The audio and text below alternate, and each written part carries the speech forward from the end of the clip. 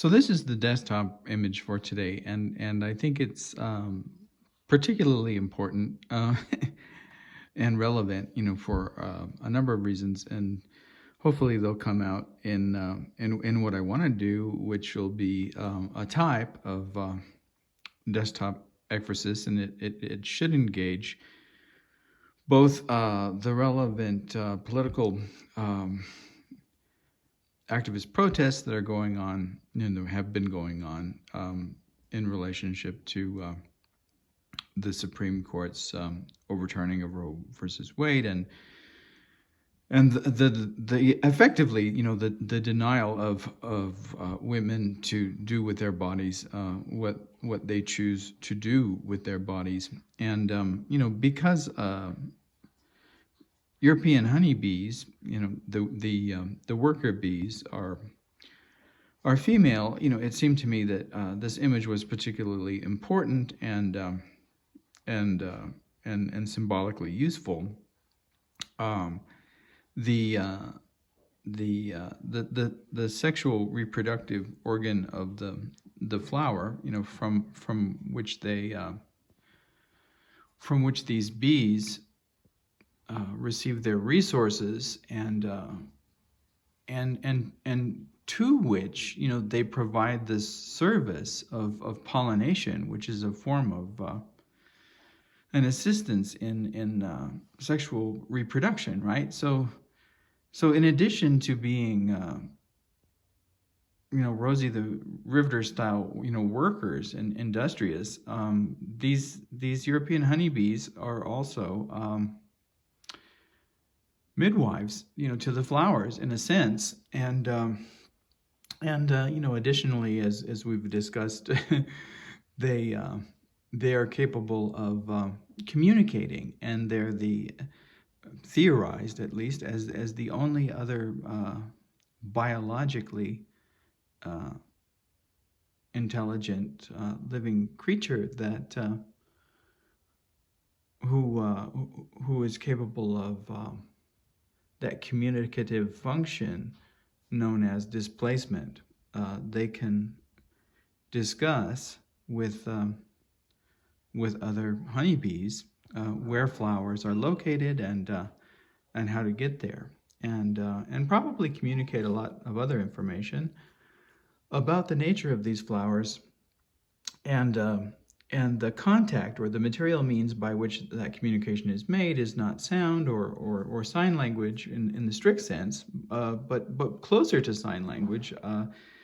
It's a form of dance, or particularly two dances that the bees do. One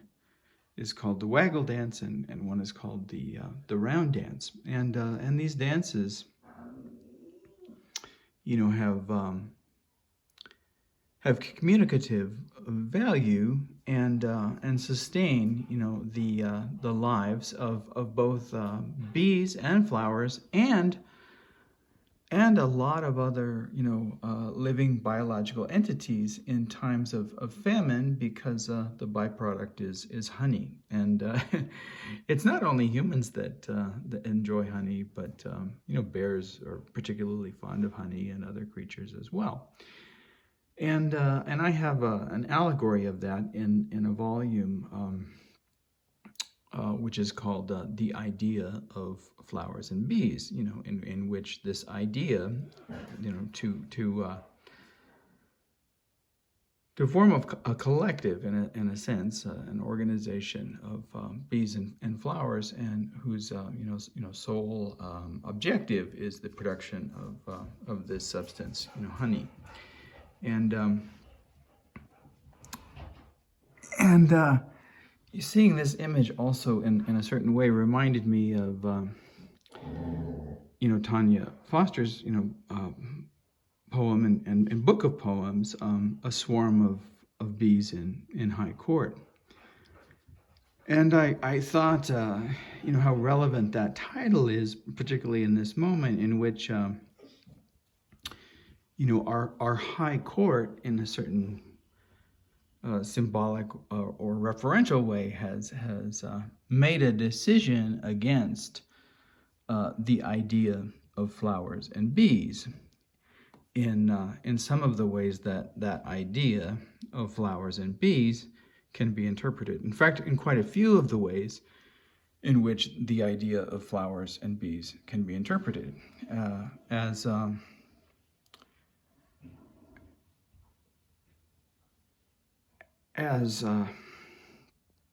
they relate to sexuality and resources and labor and desire and solutions to natural conditions that that may make it difficult without these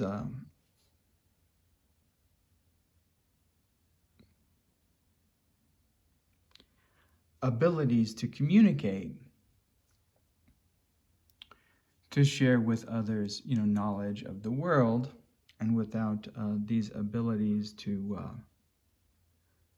establish, social communities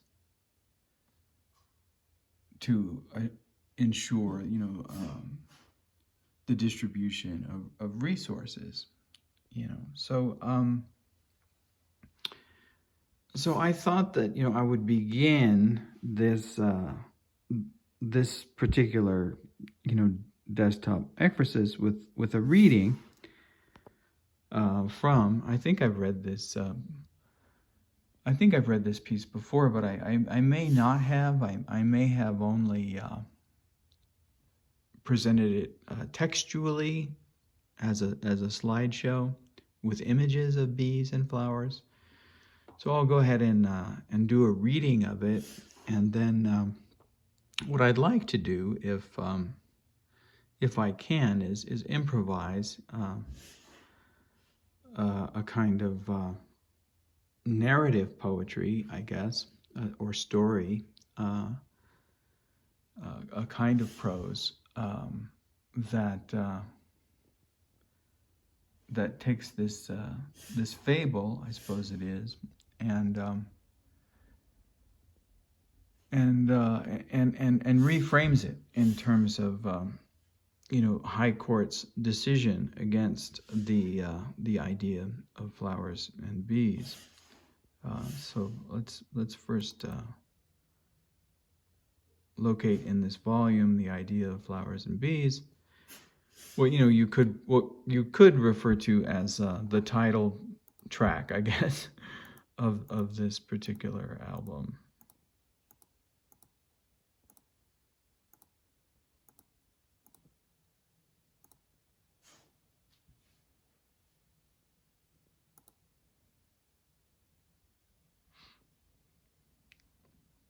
So this is the fifth piece in the first section of the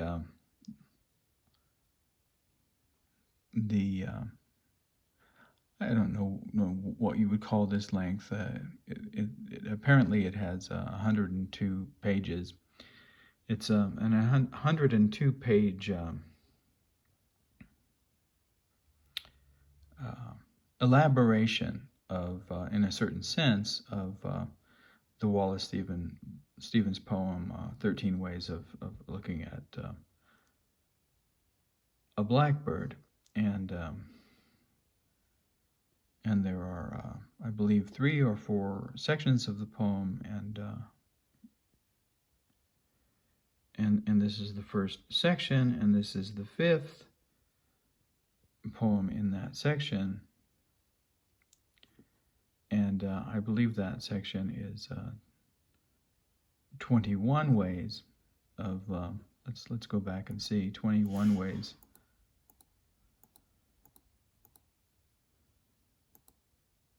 No, this is still 13. So the volume employs these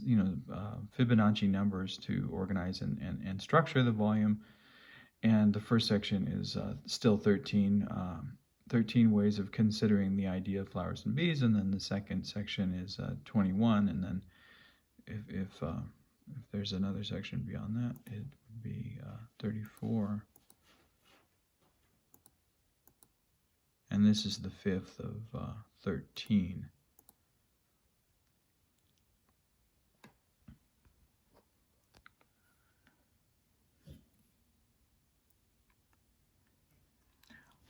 A great long time ago, prior to the dawn of human civilization by far, and even before the origin of those creatures who nurse and bear fur,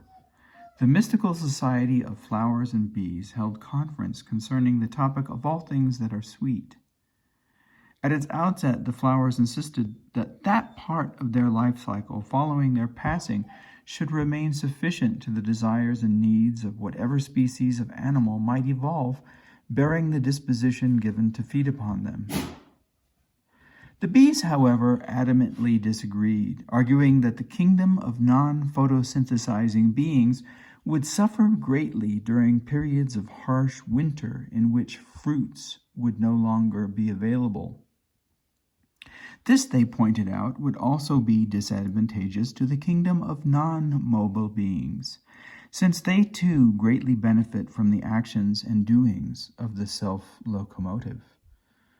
After considerable debate, the organization of flowers conceded the argument to the bees, and together the two communities proceeded to develop the idea of a sticky golden substance called honey, a food source richer in calories and sweeter than any known fruit, and, somewhat miraculously, able to withstand practically all natural conditions of weather for periods extending beyond any potential duration of famine, fallow, and drought. The organization of flowers then agreed to provide the materials necessary for this substance's manufacture, while the bees consented to perform the labor required to complete its production. To this day, the mystical society of flowers and bees continue to generate this product, and both organizations concur that it remains the greatest idea any cooperative society of their two species, or for that matter, of any other, has ever had. All right, so that's the title track to the idea of flowers and bees, and and in a certain sense, it's an allegory of women's work, and in another sense, it's an allegory of ecological living collaborations and cooperations, and in another sense, it's an allegory of the mystic's relationship to the divine, and all of that is I think pretty clear and relevant to the ongoing discussion that we've been having recently. And what I'd like to do today is I'm going to close the idea of flowers and bees and improvise a kind of a narrative poem or fable that continue the story, and continue the story as it involves the decision of the High Court.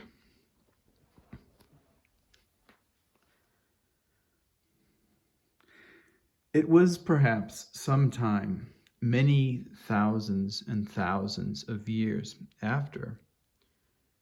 the Society of Mystical Bees and Mystical Flowers had invented the idea of that miraculous substance that survives periods of famine, fallow, and drought. It was perhaps some thousand and thousand and thousand of years following the decision of the Mystical Society of Mystical Bees and Mystical Flowers to develop the substance of honey in cooperation, utilizing the labor available to the motile and mobile society of bees and the invaluable resources available to that society of mystical flowers, that a ruling was made in high court against the performance of the dance of the honeybee called waggle. And the ruling made against the waggle dance, and the ruling made against also the round dance, made it impossible for bee to communicate with bee. And it was apparent to the bees, and it was apparent to the Society of Mystical Flowers, that the High Court had no comprehension of the function and purpose of either the waggle or the round dance in locating and describing to one another the nature and number of the resources made available by the Mystical Society of Flowers. And the bees, knowing that without the ability to perform the waggle and the round dance, that no bee, knowing the location, number, and nature of a field of flowers, of a bed of daffodils, of a grove,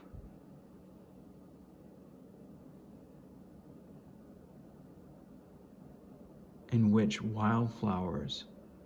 sprung up around a stream or a marsh, of a garden filled with roses,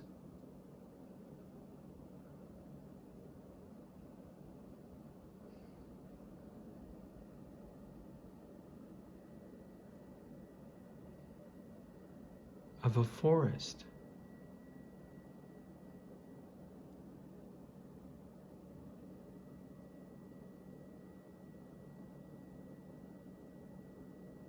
in which they discovered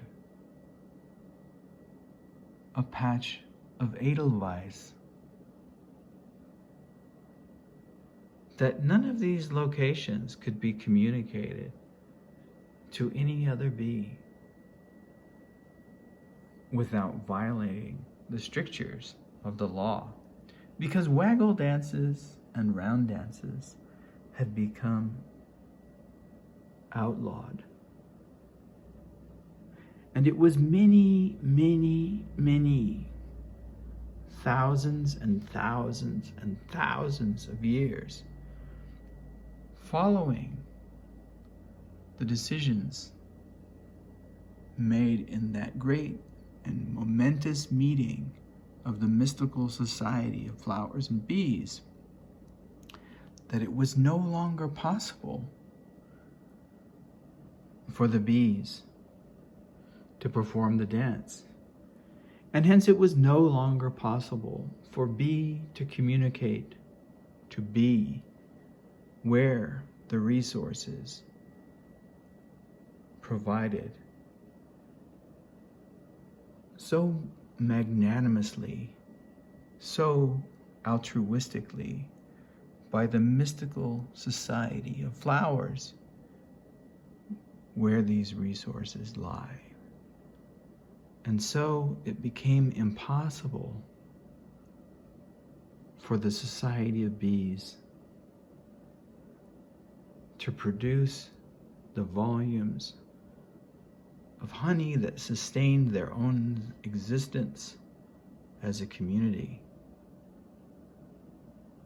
And it became impossible for the Society of Bees to assist as midwives in the birth and generation of the Society of Flowers. And so, because High Court had no understanding, no comprehension, no insight, no knowledge of the secret relation between the bees and the flowers, their decisions would have resulted in the destruction not only of the bees and of the flowers, but of their very, very world and all of the living things that depended on the production of this magical substance created by the Society of Mystical Bees and Flowers. And so the bees determined to create and to practice a new dance, invisible to the High Court, that would fall outside of their comprehension and perception.